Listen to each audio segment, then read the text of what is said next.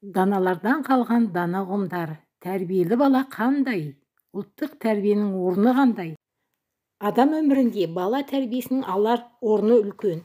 Тәрбие, жетілдіру, жақсарту, бір нәрсені сатылап, кемелдендіру деген сөз мәндерін білдіреді екен.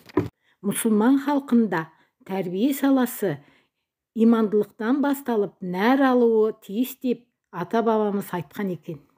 Рухани тәрбиемен нұрланған бала адамгершілік ізгі қасиеті мол, отанының адал азаматы болып өседі.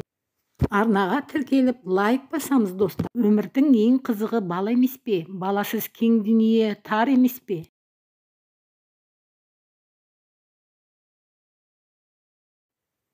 Аналар құшағында бала болса, өзіне ең жарасқан сол емес пе? Барлығының жанталасып жүргені шіркін-ай сол баланың қамы емес пе? Адамға ең бірінші білім емес, тәрбие керек. Тәрбиесіз берілген білім адамзаттың қас жауы. Тәрбие ана сүтінен бастау алады. Бала үшін отбасы алтын бесік. Балапан қыран болу үшін оны самғатып ұшыратын ата-ана да қыран болу керек. Ата-ана бала тәрбиелегенде дәл өзіндей тәрбиелеуге тырыспау керек.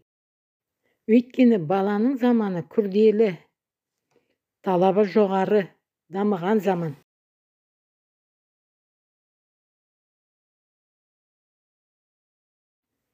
Иккенің тіккен болса, орғаның балауса болмас. Бала өмірдің жалғасы, мәні мен сәні.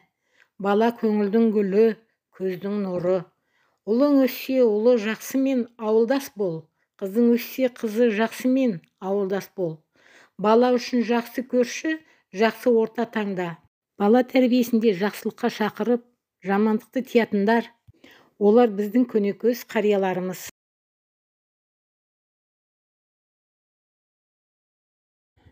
Жақсылық пен жамандықты, адалдық пен арамдықты,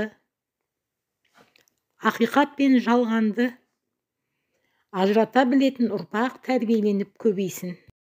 Мейірімге, ықыласқа, жүрек тазалығына толы тәрбиеленген ұрпақ көбейсін. Сау сәлемет болыңыздар.